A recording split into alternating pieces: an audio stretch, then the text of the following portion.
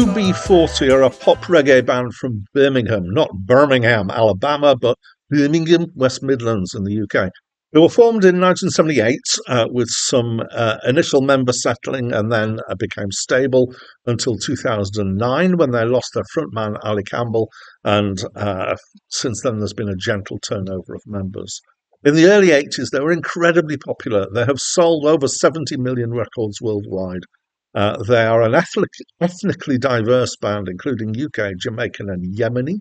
And they're named after the unemployment card called the UB40, which was their status when they formed the band.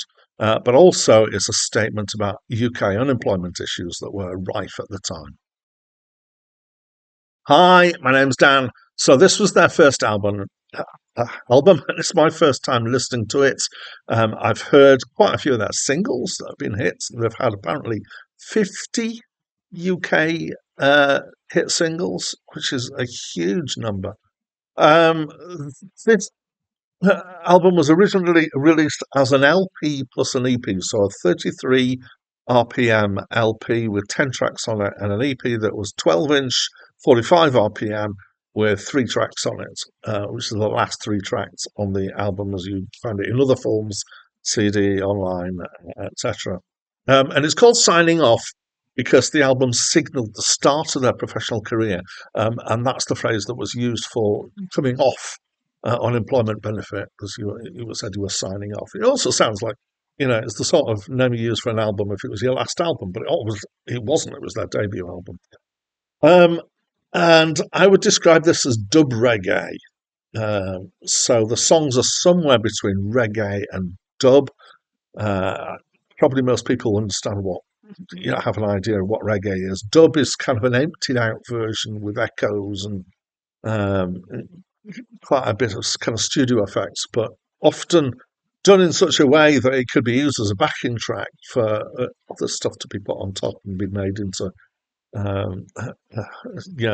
different songs. I believe that was the origin of dub coming out of reggae. It was a thing called rhythms, which made them, which were made for reuse. Anyway, I don't think this was made for reuse, but it uses a lot of the kind of sounds and ways of approaching the music that dub does.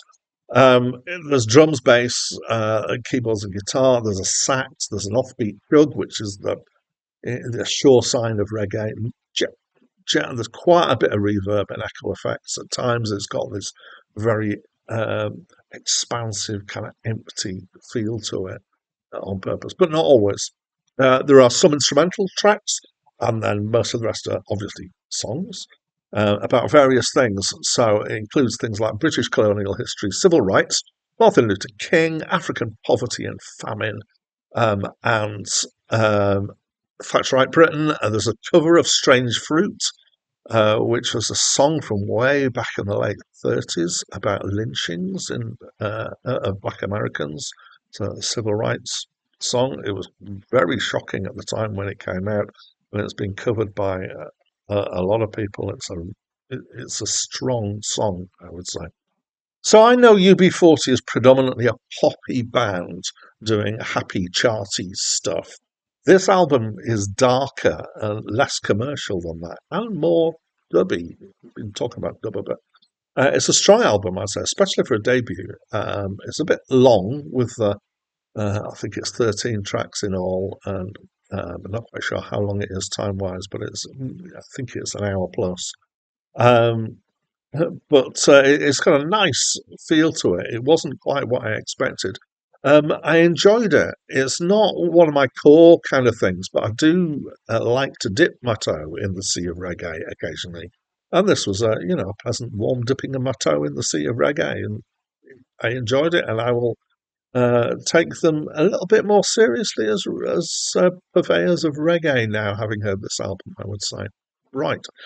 That's what I think of this album. I'd love it, please, if you would let me know what you think of this album. So please do that by leaving me a comment. Comments box down there. And that's it from me for now. Southern tree,